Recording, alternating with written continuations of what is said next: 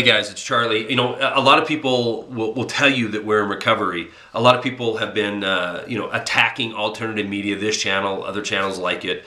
It's saying we're, doom and gloomers, we're crying wolf, the sky is falling, all that kind of thing.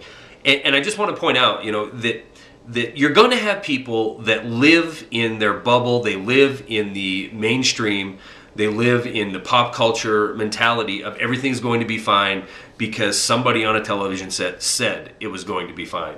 Some, respectable man in a $10,000 suit gets on television and says, if you just give us your money, we will make everything okay. And they believe that. The Dow Jones is at 12,000 points, biggest profits ever for some of the too big to fails. And they want to believe that this is tantamount to recovery.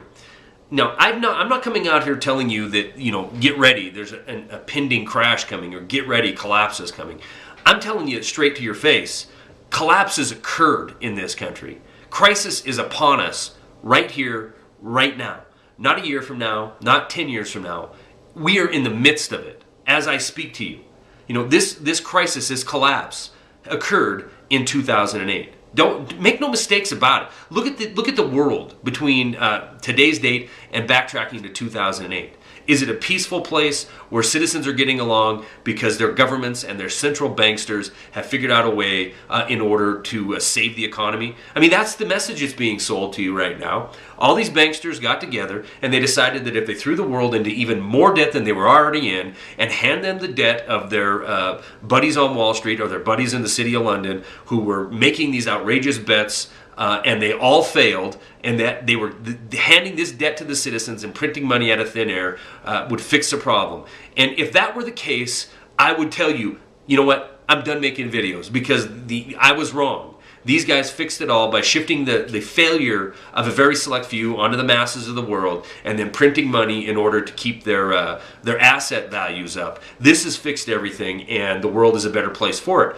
But if I look at what between 2008 and right now, if I look at the history in this short period of time, I see anarchy around the world. I see citizens pushing back. I see protests in every region of the world. Almost every week a new hotspot is popping up. I'm not making that up. This isn't crisis in the future. This is crisis now, here and now.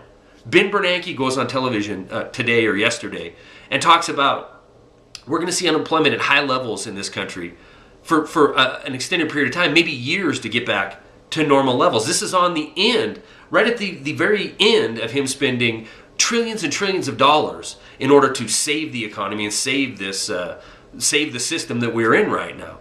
Trillions of dollars being spent, yet we're going to have unemployment at these high levels for an extended period of time, years, in fact. Now, a lot of people say, well, that just happened. That's just the ebb and flow of economic cycles. Well, let me tell you how long it's been since we've had unemployment this high for this long. You have to go all the way back to near the end of World War II, 1948, since we've had unemployment numbers this high. And at the end of 1940, at the end of the World War II, we had millions and millions of people come out of the manufacturing sector because the war was over. The buildup for war was no longer necessary.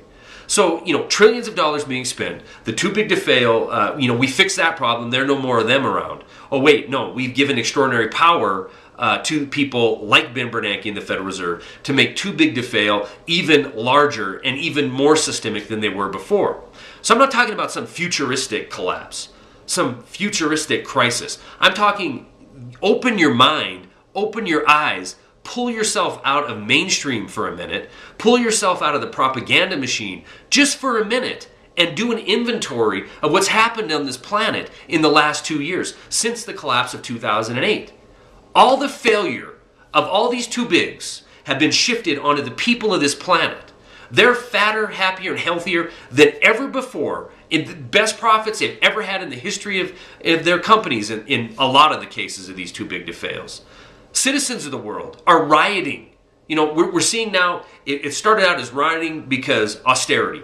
Governments were downsizing, they were stopping some of their services, they were increasing retirement ages. We saw citizens push back because they haven't paid taxes to hear about austerity. But they have to have austerity to pay for the crime of a select few. We saw it start with government cutback. Now we're seeing it spread to the next level, which is people are starving And in countries like Tunisia and Egypt, these poorer nations, it's going to hit them first. All of Africa, is about to explode because the people have to spend 50 to 80% of their income in order to buy food.